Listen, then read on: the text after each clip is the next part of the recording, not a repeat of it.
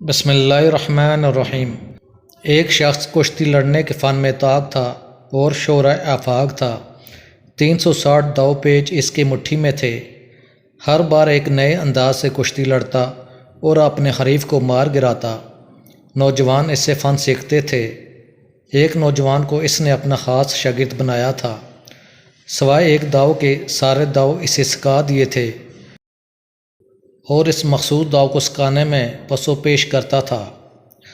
زمانہ گزرتا گیا، نامی گرامی پہلوان بوڑھا ہو گیا اور اس کا خاص شاگرد قومی ہیکل اور فن کشتی میں بے بدل ہوا۔ اس نے ایک دن بادشاہ کے دربار میں بڑا ہنکی کہ میرا استاد بزرگی میں مجھ سے بڑا ہے مگر فن میں نہیں۔ بادشاہ سلامت، بے شک مقابلہ کرا کے دیکھ لیں۔ اور بادشاہ نے ایسا ہی کیا۔ استاد اور شاگرد کا مقابلہ کرا دیا۔ اکھاڑا لوگوں سے کھچا کچ بھرا ہوا تھا۔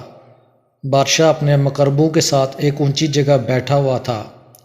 ڈھول بجنے لگے، جن کی آواز پر لڑکا مست ہاتھی کی طرح جھومتا ہوا اکھاڑے میں آیا اور اس طرح خم ٹھوکنے لگا جیسے پہاڑ بھی سامنے آئے گا تو اکھاڑ دے گا۔ استاد نے دیکھا کہ شاگرد طاقت میں اس سے زیادہ ہے تو کشتی میں وہی داؤ آزمایا جائے جو اسے نہ بتایا تھا۔ شاگرد اس داؤ کا توڑ نہ جانتا تھا، لہٰذا بے بس ہو گیا۔ استاد نے اسے اٹھا کر زمین پر دے مارا۔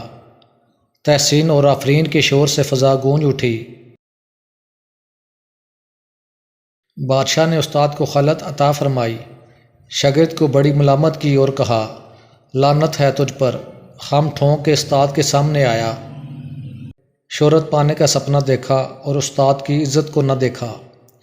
شاگرد نے عرض کی، جو کچھ حضور سے ارشاد ہوا حقیقت میں ایسا ہی ہے، لیکن استاد طاقت میں مجھ سے زیادہ نہ تھا بلکہ اس نے ایک داؤ مجھ سے پوشیدہ رکھا اور مجھے نہ بتایا۔ استاد نے کہا، اسی دن کے لیے نہ بتایا تھا۔ بزرگ کہہ گئے ہیں کہ دوست کو اتنی قوت نہ دو کہ اگر وہ دشمنی کا ارادہ کرے تو کچھ نہ کر سکے۔